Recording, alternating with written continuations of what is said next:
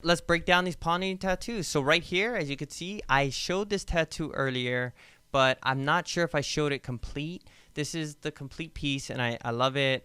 This is family as well, but what I like about it is this client, he's 18, just starting his life, so, we included a cross right there.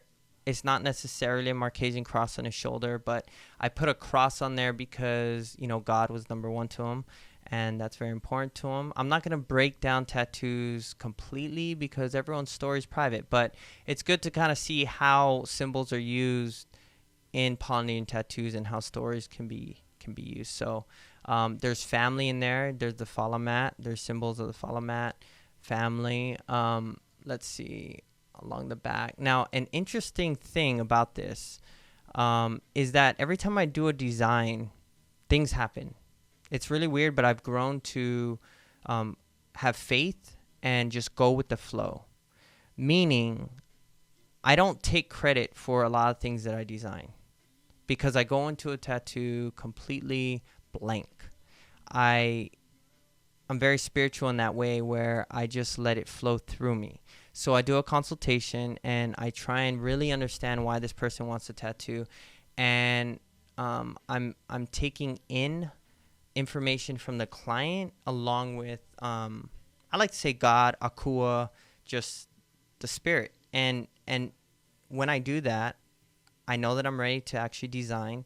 So when I start drawing on the client, things start happening. And what I like about this piece is when I was designing his tattoo on the back of his arm, it's kind of hard to see, but on the lower part, there's a bird in the negative space, and that's his journey. And as you can see, the bird is kind of down here, right here.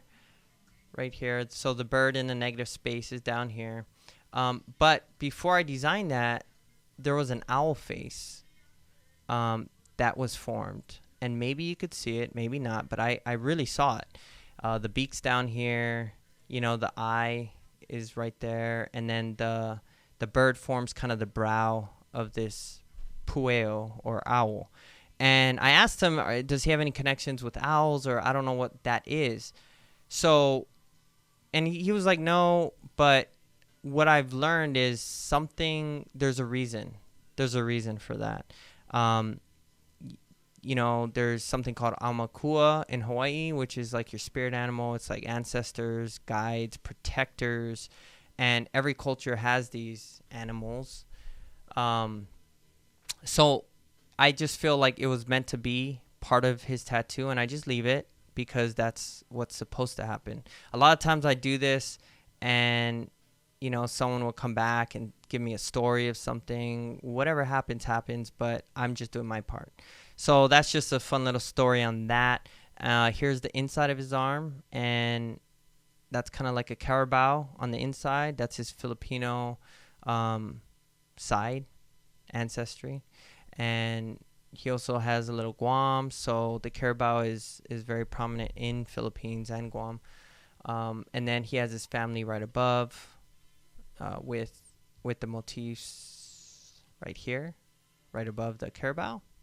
And yeah, that's a quick breakdown. There's more, how it all connects and comes together.